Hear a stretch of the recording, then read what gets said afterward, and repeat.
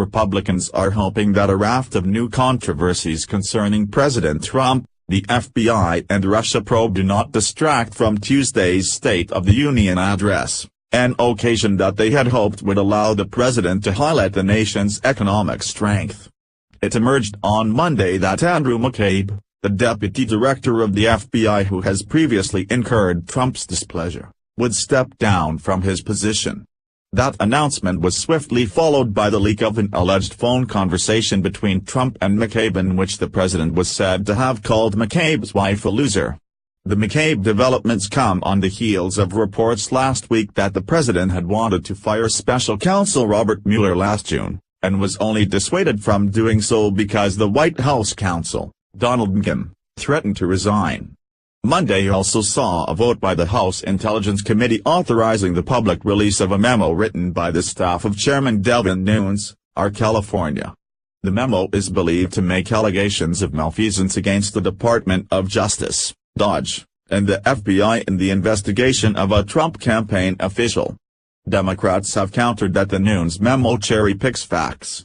The DOJ had expressed opposition to its release on national security grounds.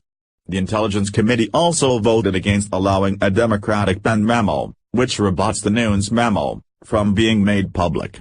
Those moves outraged the opposition party, and moved liberal commentators to draw parallels with President Nixon's Saturday night massacre during the Watergate scandal. Some Republicans have their own private misgivings about the accelerating chain of events. One GOP strategist, who requested anonymity to speak candidly, referred to the push to release the Nunes memo as utterly irresponsible. This person added that conservatives were in essence deciding to release a memo that trashes the FBI, which the FBI has not even seen or had a chance to respond to. It looks like a hit job. FBI Director Christopher Wray was finally shown the memo on Sunday. But Representative Adam Schiff, D. California, the top Democrat on the House Intelligence Committee, told reporters Monday that Wray still had concerns after seeing the document.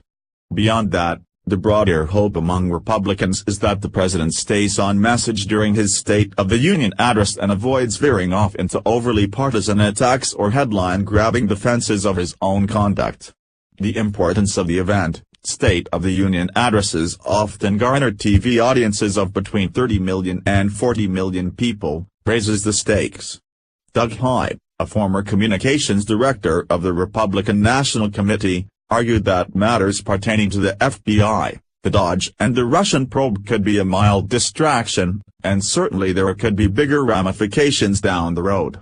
But, he added, nothing overshadows the State of the Union. There is no annual event short of the Super Bowl that dominates coverage like a State of the Union. Republican confidence is buoyed by a stock market that continues to climb to new highs, low unemployment and a generally robust economy. The extent to which Trump deserves credit for those gains is the subject of intense debate. The same trends were evident during President Obama's second term, but almost no one doubts that it delivers some political advantage to a commander-in-chief who has been mired in low approval ratings virtually since taking office. I think the tide is starting to turn because people are starting to see results, said Brad Blakeman, who served on the senior staff of President George W. Bush's White House. How can you root against full employment and growth? Blakeman is among those who believe, and expect, that the president will ignore the controversial topics of Mueller, McCabe and Russia during his address. Because the president commands the podium, I don't think you are going to see any of that, he said.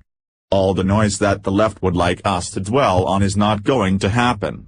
It seems highly unlikely that the State of the Union can keep questions about Trump's conduct sidelined for long. Some Democrats have floated the possibility of including measures to protect Mueller within the next must-pass government spending bill. There could be more damaging leaks following McCabe's departure. And Democrats have slammed the Nunes memo repeatedly, with Representative Ted Lieu, D. California, calling it misleading and worse than a nothing burger in a Monday afternoon interview with CNN's Wolf Blitzer. The vote to release the GOP memo but not the Democratic version will renew questions about partisan abuses of power. Republicans also worry about the prospect of the president getting in his own way, if not during the speech itself, then perhaps in a combative tweet or public remark that might soon follow it. The Republican strategist who criticized the Nunes memo said wearily that he expected the president to do what he always does.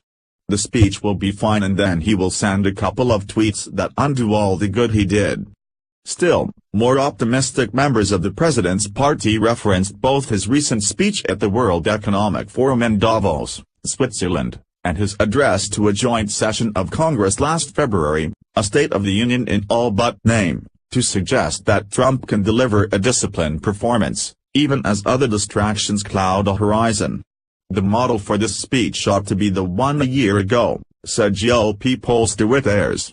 His 2017 State of the Union was the best speech he's given since he became president and received some of the most glowing reviews. If he can recreate the tone and approach of last year, he is likely to get similar reviews. The memo is a reported column by Neil Stanage, primarily focused on Donald Trump's presidency.